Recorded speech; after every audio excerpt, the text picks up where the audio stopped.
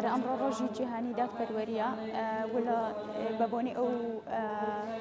ڕۆژەوە ئەمڕۆ ئیڤنتێک تایبەت بە هەڵەبجە و عەدالەت و دادگای تاوانی نێودەوڵەتی ئەنجامدرا لە پانێڵەکەیە بە شێوەیەکی گشتی باس لە دادپەروەری کرا لە ڕووی فەلسەفی لە ڕووی سیاسی لە ڕووی عەقلانی و لە هەمان کاتە باس لە دادگای تاوانی نێودەوڵەتی کرا ئەو وڵاتانەی کێن کە ئەتوانن سکاڵا بکەن لەو دادگایە و ئەوانەی کێن کە ناتوان لایەنە بەهێزەکانی سکاڵاکردن لەم دادگایە و لایەنە لاوازەکانی سکاڵاکردن لەم دادگایە چین و ئەو عیوبانە چین کە بۆکو ڕەخنێکەکان لەم دادگایە بگرین لە هەمان کاتە لایەنە باشەکانی ئەم دادگایە زۆر زیاترە لە لایەنە خراپەکانی ولا ضمنی ئەوەش بە حکمی ئەوەی کە هەڵەبجە بەردەوام لە ماوە جیاوازەکان تاوانی بەرامبەر کراوە و میلەتی کورد بە چەند شێوەیەکی جیاواز لە چەند کاتێکی جیاوازە تاوانی بەرامبەر کراوە ئەتوانین لە هەر حاڵەتێکە کە باسی دادپەروەریمان کرد باسی تاوانمان کرد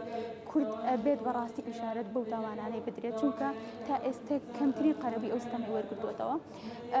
هەڵەبجە بۆ زیاتر لە 30 ساڵە تاوانێکی مەبارانیش بە ئەنجام درراوە لە کاتێکان تاوانە جێنۆسایدا و لە حکوومەتی عێراقی اعترافی پێکراوە بووی کە جێنۆسایدا لە ساڵی 2010 بەڵام وەکو قەرەبووی مادی هاوڵاتیانی هەڵەبجە تا ئێستا هیچ قەرەبوویەکی مادیان وەرنەگرتووە ئێمە لە مانگی ساڵی 2018 داوایەکمان لە دادگای بەرای هەڵەبجە تۆمار کردووە لەسەر 20 کەسی کۆمپانیا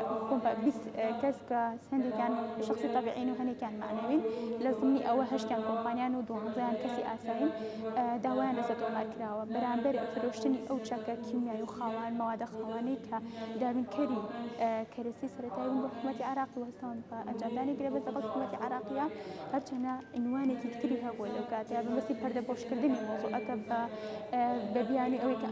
ئەم مەوادانە دەرمانی بیرروکوژن بەڵام هیچ بەهانەیەک نییە لە بەرامبەر ئەو بەڵگە بەهێزانەی کە ئێمە هەمانە ئیسپاتی ئەکا کە ئەم کۆمپانیانە لەم مۆزوع یاسی نییە بوون و بە زانیویانە کە حکوومەتی عێراقی ئەم مەوادانە